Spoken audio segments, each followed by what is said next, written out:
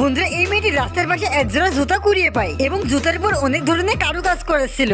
জুতাতে দেখতে এত সুন্দর ছিল সে এটা না নিয়ে থাকতে পারলো না আর ভাবছিল বাসায় যে এটা পড়বে। মেয়েটি যখনই ওইখান থেকে যেতে শুরু করে তখনই ওইখানে একটা নতুন কবর দেখতে পায় আর মেয়েটি অনেক ভয় পেয়ে যায়। ওইখান থেকে ঘুরে যেতেই যাবে, ঠিক তখন একটা লাল কাগজ উড়ে এসে তার মুখের উপর পড়ে আর ওইখানে লেখা ছিল নতুন বরের কবর। আর এটি দেখে মেয়েটি অনেক ভয় পেয়ে যায় এবং ওইখান থেকে পালাতে শুরু করে। দৌড়ানোর সময় সে মনে করে হয়তো কেউ তাকে পিছু করছে আর ক্রমশ পায়ের আওয়াজটি তার কাছে আসছে আর মনে করে কেউ হয়তো নতুন বউ সেজে তার দিকে এগিয়ে আসছে। মেয়েটি চিল্লিয়ে বলে, কে আছো ওইখানে? সাহস থাকলে সামনে আসো। কিন্তু পিছনে ঘুরে দেখতে পায় ওইখানে কেউই ছিল না। ওই সময় কেউ একজন পিছন থেকে তার কাঁধের উপর হাত রাখে। সে পিছনে ঘুরে দেখতে পায় ওইটা তার বড় ভাই ছিল যে তাকে নিতে এসেছে। আর আজব করে বিষয়টি হলো হঠাৎই ওই পায়ের আওয়াজটা ওইখানে থেমে যায়। এরপর দুজনে একসঙ্গে বাসায় ফিরে আসে। যখনই মেয়েটি তার দাদুকে ওই জুতোটি দেখায় তখনই তার দাদু জিজ্ঞেস করে, তুমি এই জুতোটি কোথা থেকে নিয়ে এসেছো? তখন মেয়েটি বলে, আমি তো এটা রাস্তার পাশে কুড়িয়ে পেয়েছি। ওই সময় দাদু চেহারার রংটি বদলে যায় এবং তাকে বলে, তুমি এটা রাস্তা থেকে তুলে এনেছো, ওইগুলো তো মরা মানুষের জিনিস আর রাস্তা থেকে এগুলো উঠিয়ে নেওয়া মানে তুমি তার সঙ্গে বিয়ে করতে রাজি হয়ে গেছো।